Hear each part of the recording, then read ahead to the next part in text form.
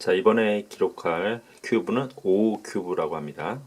면이 5개가 이렇게 하나, 둘, 셋, 넷, 다섯 번째 이렇게 이루어져 있는데요. 이거는 이제 이전에 맞췄던 그 4, 큐브라고 있었죠.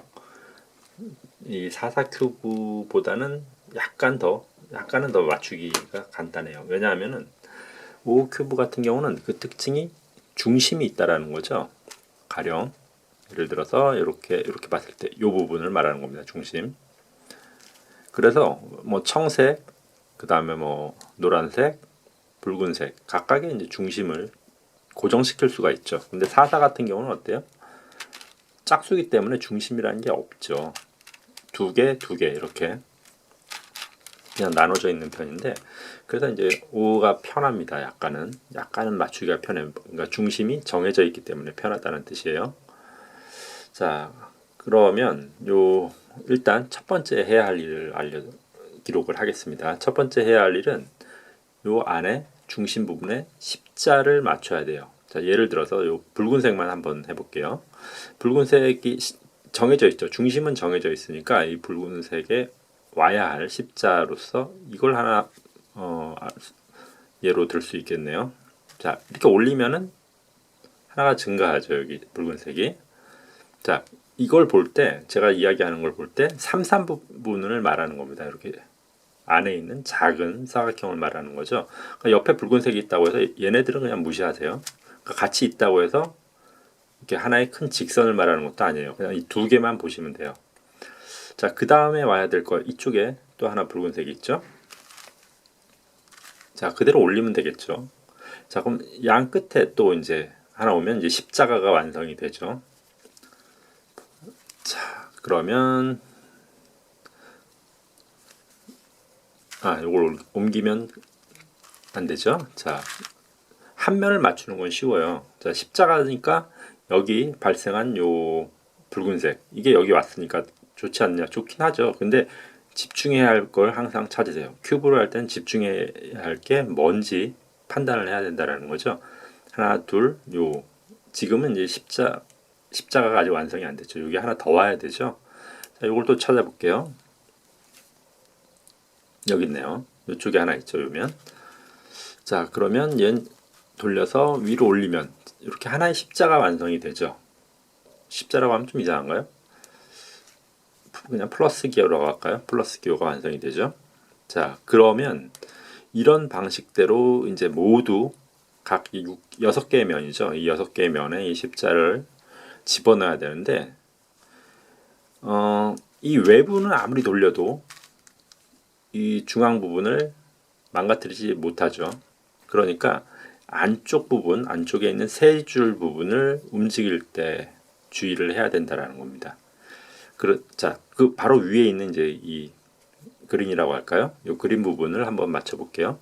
가령 그린 부분을 하나 맞추면 어떻게 돼요? 빨간색 하나가 무너져 버리죠.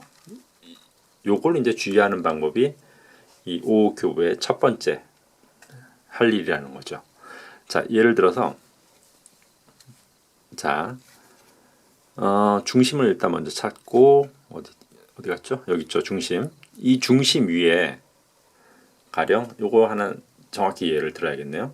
두 개, 하나 이쪽에 와야 되죠. 이쪽에 하나 오면 하나의 직선이 되니까 플러스 기호를 만들 수 있는 기초가 되죠. 근데 자, 저쪽으로 보내기 위해서 이거 괜찮네요. 자, 옆에 있는 거, 이쪽에 있던 것을 이쪽으로 보내서 일로 올리면 된다라는 생각을 할 수가 있죠. 근데 그렇게 했을 때 잘못하면 어떻게 돼요? 지금 얘는 뭐 상관이 없겠네요. 붉은색을 건드리지 않기 때문에, 이쪽 만들어진 붉은색을 건드리지 않기 때문에 괜찮은데, 가령 여기 있네. 얘 같은 경우 바로 붉은색 반대편에 있죠. 이 붉은색 반대편에 녹색이 있죠. 그럼 얘를 이 위로 올리면 붉은색이 무너지게 되죠. 그랬을 때 이제 사용하는 방식이 있어요. 자, 올리긴 올려야 돼요. 그 다음에 할 일이 뭐죠? 얘를 손상되지 않게, 올린 애를 손상되지 않게 반대로 딱 180도 돌리고 다시 원위치를 시켜주는 거죠. 그럼 자, 얘 보존했죠? 근데 붉은색도 망가지지 않았다는 걸 알 수 있죠. 요게 이제 첫 번째 어떻게 보면 테크닉이라고 할 수 있어요. 자, 이제 요게 하나만 더 들어오면 초록색도 됩니다. 자, 보겠습니다. 초록색을 또 하나 찾아야죠. 모서리에 있을 만한 얘네요. 지금 파란색이죠. 두 칸이나 멀리 있어요. 요것도 하나 알고 있어야 돼요. 바로 밑에 있으면은 바로 위로 올라가서 이쪽에 위치할 수 있지만 아예 반대편에 있으면 두 번 이동해야 된다는 거죠. 얘가 그러니까 첫 번째 한 번 이동하고 그 다음에 이동해야 된다는 뜻이에요. 이렇게 됐을 때 그럼 이쪽으로 보는 게 편하겠네요. 자, 어쨌든 이 두 번째 면으로 간다는 거고 이 두 번째 면 어디에 있든지 이렇게 회전하는 데는 아무 지장이 없기 때문에 어떤 위치로 가도 상관은 없습니다. 그래서 위로 한번 올려볼게요. 그냥 위로 이렇게 올렸죠. 이 올림은 뭐가 되죠? 붉은색 하나를 망가뜨리게 되죠. 그렇기 때문에 얘를 자리 보존을 하기 위해서 얘는 반대로 만들어주고 올렸던 거 이걸 올렸죠. 지금 얘를 올렸어요. 얘를 원위치 시켜주는 겁니다. 이렇게 원위치 시켜주면 붉은색도 다시 형태를 회복할 수가 있다라는 거죠. 자, 그러면 이제 이번에는 자 마지막으로 얘가 이 위로 올라가면 되죠. 그래서 뭐 이걸 이렇게 배치하면 되지 않을까 생각하는데 자, 어떻게 배치냐면 보세요. 이 빈 곳 아래에다가 녹색을 배치하면 되지 않는가 이렇게 생각하기 쉬운데 그게 아니라는 게 요 테크닉의 중요한 부분이에요. 봐 보세요. 요렇게 하는 게 제일 좋습니다. 왜 그런지 볼게요. 붉은색은 이 초록색 분명히 어디 있었죠? 요 옆에 있죠. 얘가 올라가는 순간 올라가서 여기 십자의 일부분을 이루는 순간 붉은색도 하나 밀려나죠.